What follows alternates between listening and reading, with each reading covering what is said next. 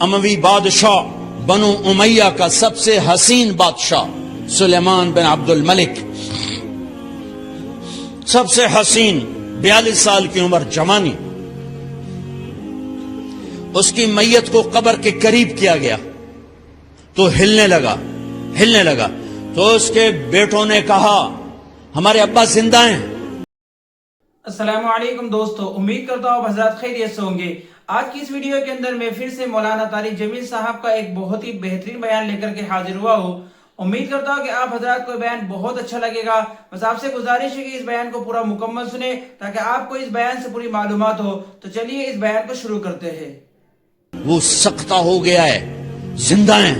عمر بن عبدالعزیز رضی اللہ رحمت اللہ علیہ فرمانے لگے، ارے بھتیجو زندہ نہیں ہے، قبر کا عذاب جلدی شروع ہو گیا ہے، بل عجل اللہ بالعقوبہ، چھپاؤ، جلدی چھپاؤ۔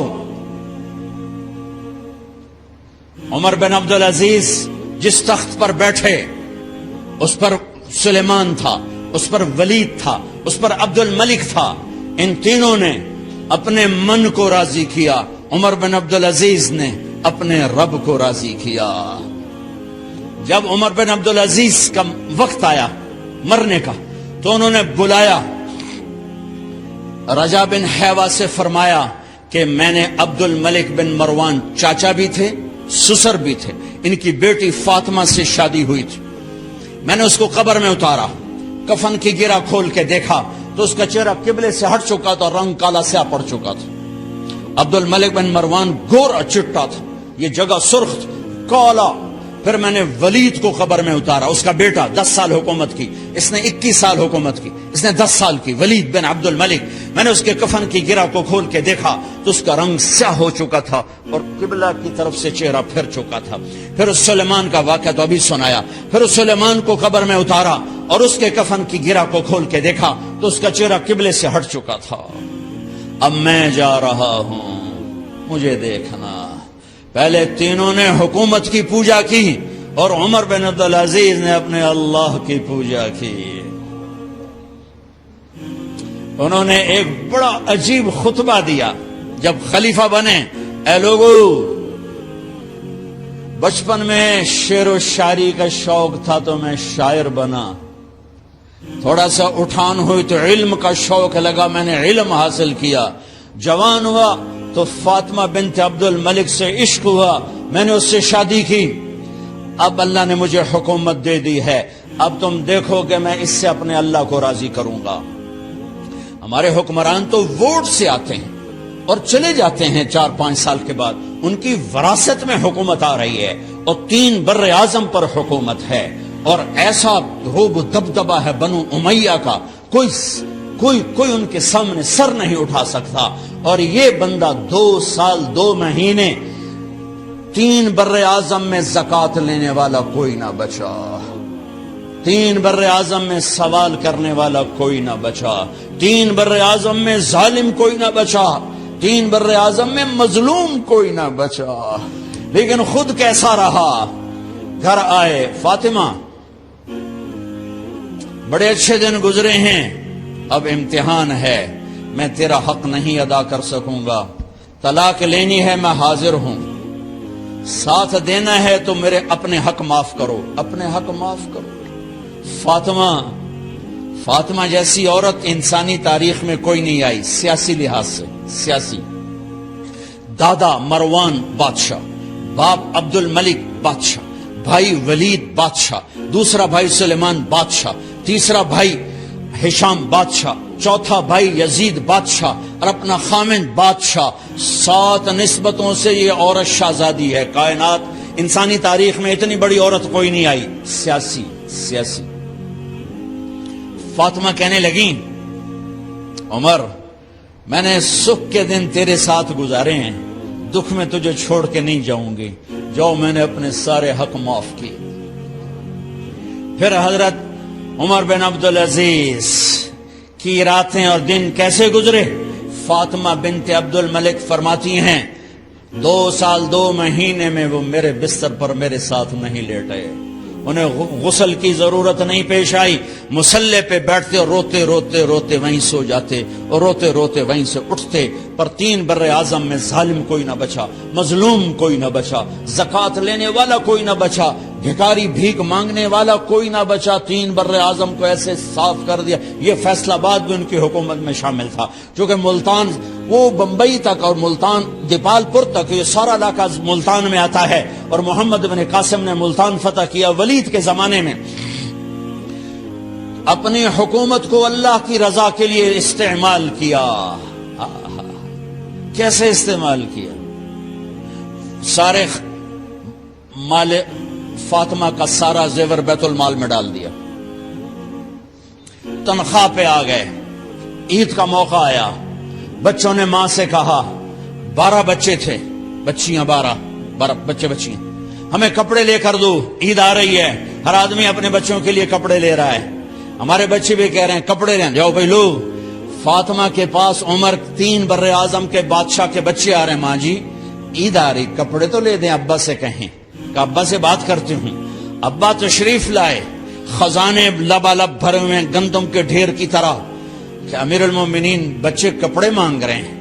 فاطمہ میرے پاس تو پیسے نہیں، میں کہاں سے کپڑے، بچوں کا کیا کروں؟ کہ مجھے بھی نہیں پتا کیا کروں۔ اس کے پہلے 3 حکمرانوں نے لوٹ مار کے بازار گرم کیے، ظلم و ستم کے پہاڑ توڑے، اور آج اسی خزانے پہ ایک شخص بیٹھا ہے جو اللہ کو راضی کرنے کے جھنڈے گاڑ رہا ہے۔ تو فاطمہ نے کہا آپ ایسا کریں، اگلے مہینے کی تنخواہ ایڈوانس لے لیں، اس سے میں اپنے بچوں کو کپڑے لے دیتی ہوں، اور گھر کا خرچہ میں مزدوری کر کے گھر کی روٹی چلا لوں گی۔ ارے اپنی تاریخ پڑھو، صرف ڈرامے ہی نہ دیکھتے رہ جاؤ، صرف گانے ہی نہ سنتے رہ جاؤ۔ اور بھی دکھ ہیں زمانے میں محبت کے سوا، راحتیں اور بھی ہیں وصل کی راحت کے سوا۔ انہوں نے اپنے بلایا وزیر خزانہ مزاحم، اپنا ہی غلام، ہاں بھائی مزاحم ہمیں بچوں کے کپڑے چاہیے، تو اگلے مہینے کی تنخواہ ایڈوانس مل جائے۔ وہ کہنے لگے امیر المومنین آپ مجھے لکھ کر دے دیں کہ آپ 1 مہینہ زندہ رہیں گے، میں آپ کو تنخواہ دے دیتا ہوں۔ عمر بن عبدالعزیز سر جھکایا، اٹھے، گھر گئے، فاطمہ میرے بچوں سے کہہ دو کہ تمہارا باپ کپڑے لے کے نہیں دے سکتا۔ اپنی تاریخ تو دیکھو،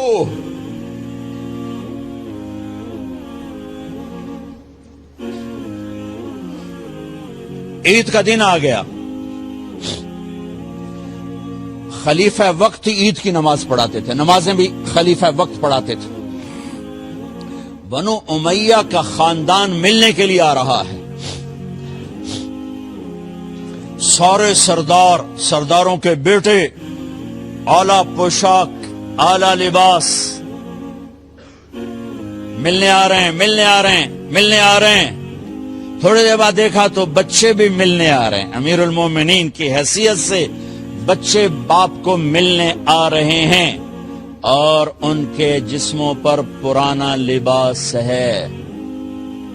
حضرت عمر انہیں دیکھ کر ادھر اپنے سرداروں کے بچے دیکھے تو زرق برق پوشاکیں، اپنے بچوں کو دیکھا، ارے اس باپ سے پوچھو جو سب کچھ کر سکتا ہو اور پھر مٹھی بند کر لے کہ نہیں میں نے حرام کی طرف نہیں جانا۔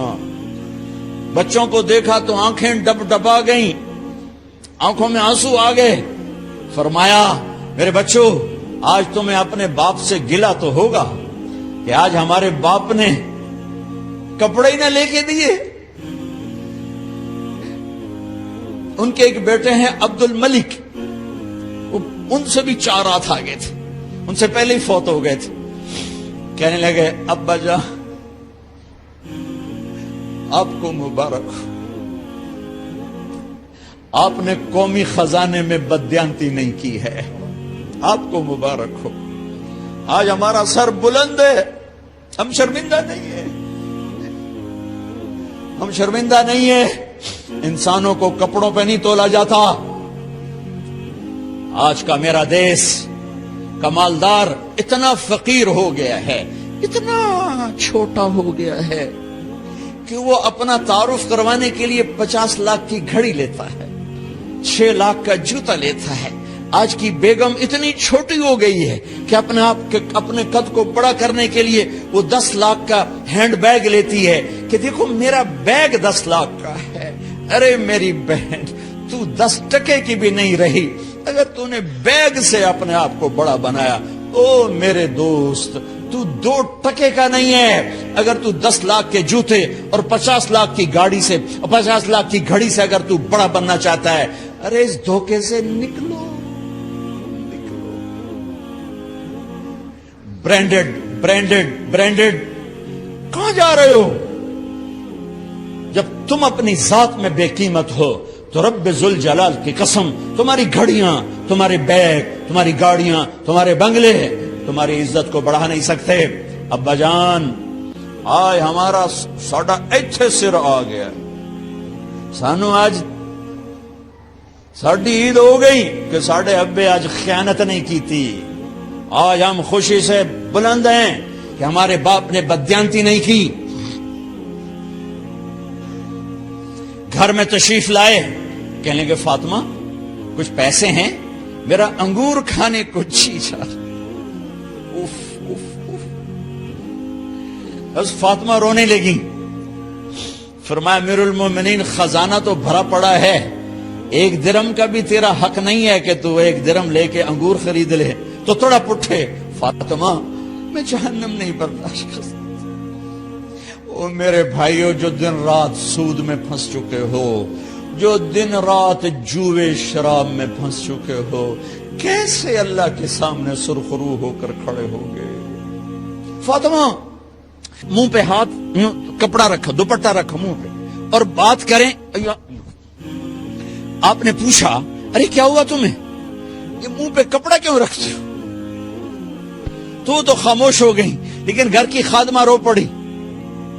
کہا امیر المومنین، آج آپ کی بیٹیوں نے کچا پیاز توڑ کے اس سے روٹی کھائی، سالن کوئی، ارے مسری دی دال ہی کوئی نہیں ہے، پیاز، کچے پیاز نہ روٹی۔ آج ساڈا مزدور جڑا کوئی نہ کوئی چٹنی بنا بند ہے، 3 بر اعظم دے بادشاہ دیاں دھیاں کچے وصلہ نہ روٹی بیٹھیاں کھاندیاں۔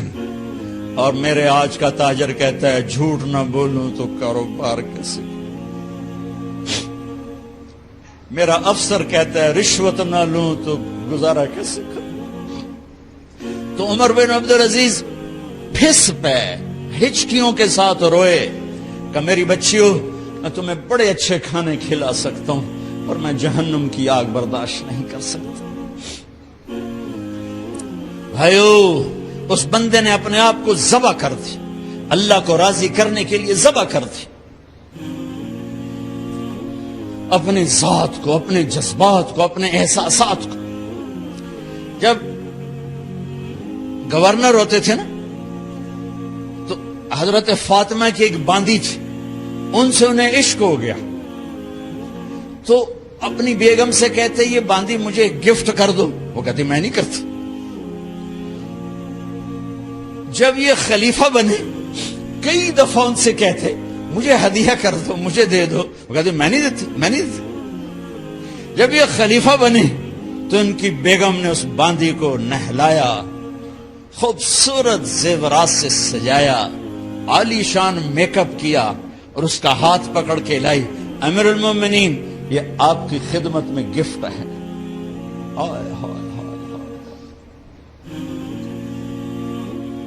اس کو یوں دیکھا، فرمایا کہاں سے آئی تھی؟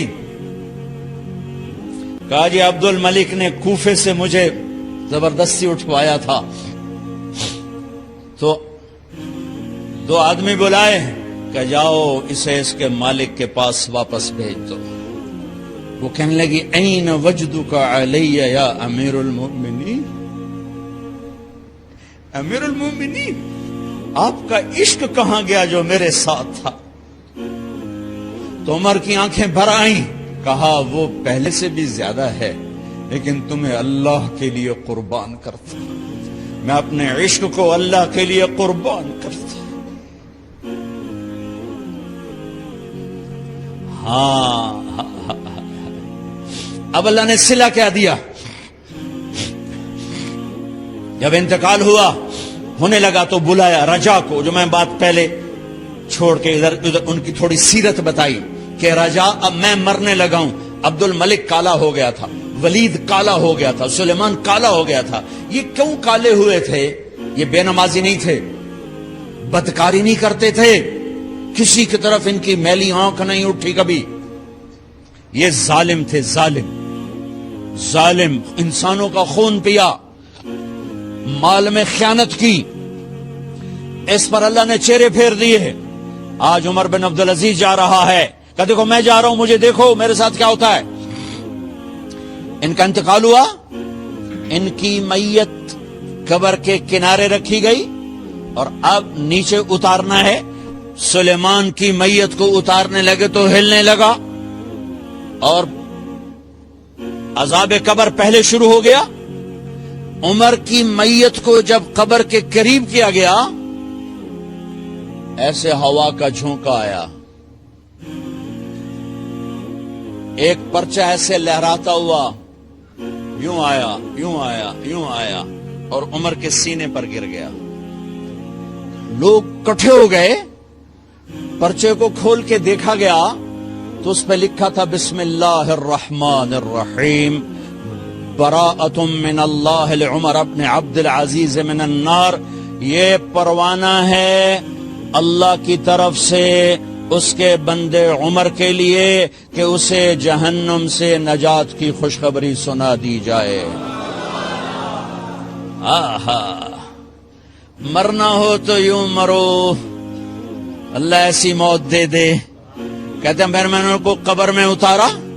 جب قبر میں اتارا تو کیا دیکھا, میں نے کفن کی گرہ کھولی تو چہرہ قبلے کی طرف فٹ اور یوں لگا جیسے 14ویں رات کا چاند قبر میں اتر آیا ہو.